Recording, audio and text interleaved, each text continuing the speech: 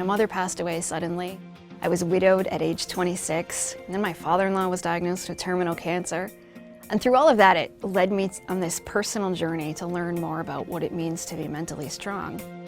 Mentally strong people know how to regulate their emotions. They don't let their anger cause them to do things that they later regret, or if they're sad, they don't get stuck in a bad mood. They're able to control their feelings well enough that they can move forward. Another thing that mentally strong people do is that they know how to take positive action.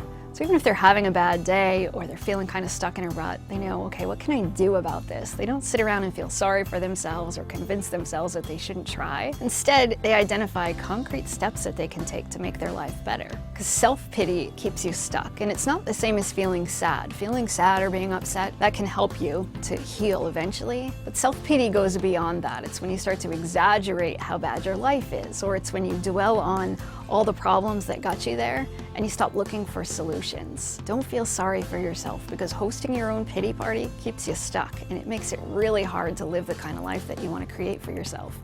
Mentally strong people know how to regulate their thoughts so that they don't think overly negative or overly exaggerated. Instead, they can identify their thoughts when they're not true and replace them and reframe them with more realistic statements. Identify what is your worst habit.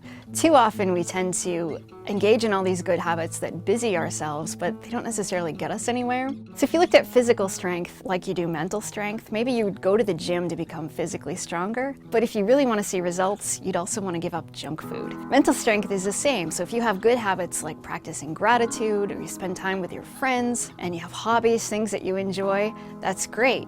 But if you also spend time feeling sorry for yourself or expecting yourself to be perfect, all of those good habits won't necessarily be effective. So start by identifying what's your worst mental habit. And when you get rid of that, all of your other good habits become much more effective.